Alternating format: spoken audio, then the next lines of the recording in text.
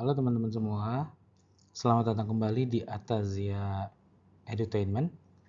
Kali ini kita akan membahas materi kelas 11 kimia mengenai energetika, yaitu mengenai energi bebas Gibbs. Pada video sebelumnya, teman-teman sudah mengenal mengenai cara prediksi kespontanan reaksi dengan menggunakan nilai entropi reaksi. Nah, prediksi dengan menggunakan nilai entalpi reaksi atau entalpi sistem saja tanpa memperhatikan nilai entropi surrounding. Jadi yang kita perhitungkan adalah entropi sistem saja, tidak memperhatikan entropi surrounding atau totalnya.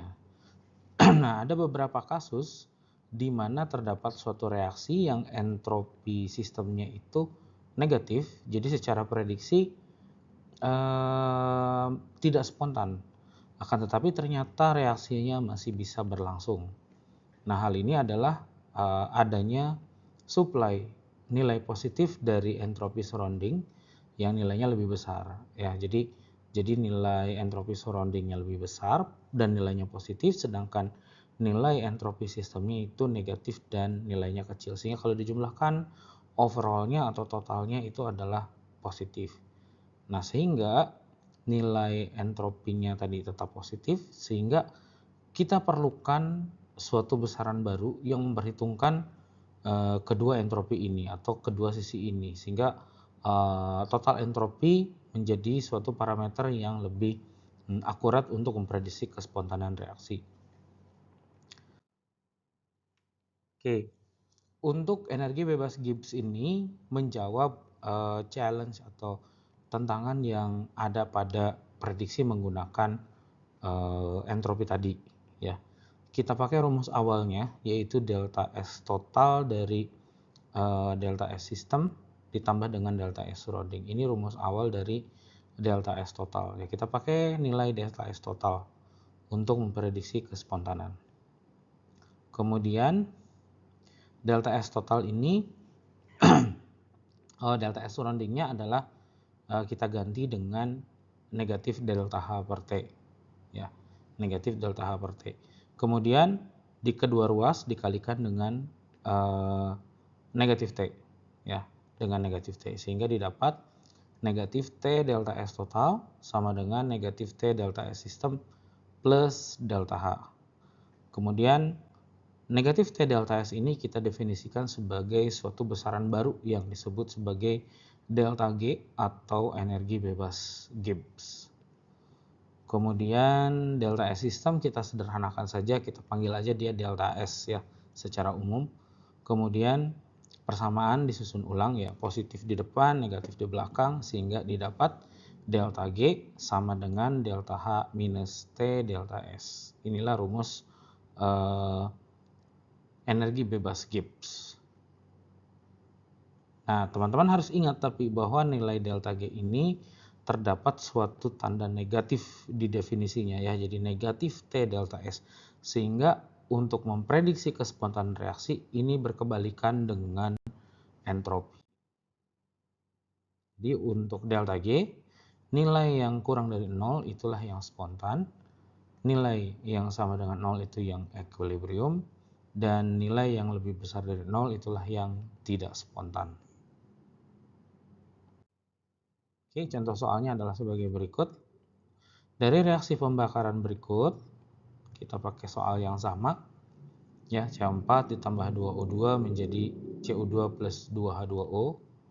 Maka tentukan energi bebas Gibbs-nya dan kespontanan reaksinya jika diketahui delta GF untuk CH4 itu negatif 50 kJ per mol, untuk CO2 394,4 kJ per mol, dan untuk H2O negatif 237,1 kJ per mol. Sama seperti S, seperti delta H, bahwa untuk formation elemen itu biasanya nilainya 0. Oke, kita jawab dengan rumus yang sama, ya. Jadi karena ini merupakan fungsi keadaan, maka delta G untuk reaksi hanya memperhitungkan akhir dikurangi awal, yaitu delta G produk dikurangi delta G reaktan.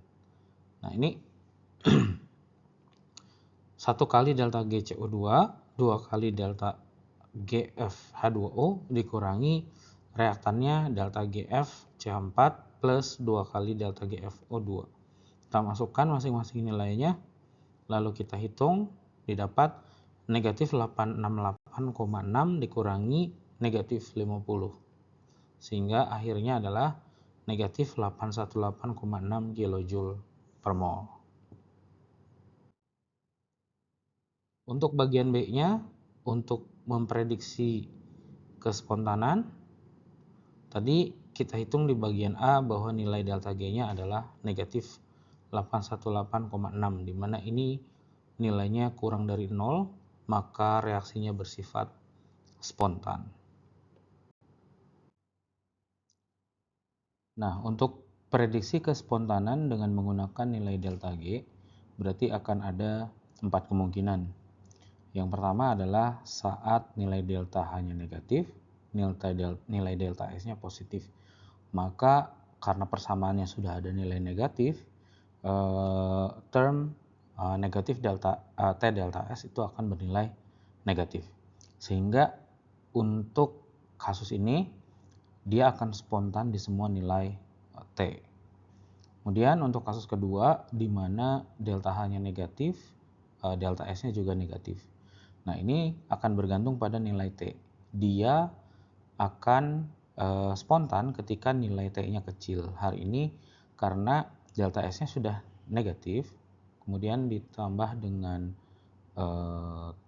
nilai T, dikalikan dengan nilai T yang juga negatif, sehingga akan menghasilkan nilai positif. Akan tetapi angka ini akan lebih kecil dari nilai delta H, sehingga nilai T kecil tetap negatif. Akan tetapi pada saat nilai T-nya besar, dia akan ikut besar ya, nilainya lebih besar dari delta H, sehingga nilai keseluruhannya itu positif, sehingga dia tidak akan spontan.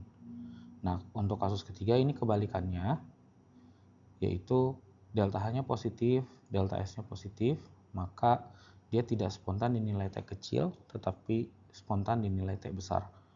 Dan yang terakhir adalah ketika keduanya positif dan negatif, maka ini tidak spontan di semua nilai T. Ini hampir mirip dengan nomor 1 tapi kebalikannya.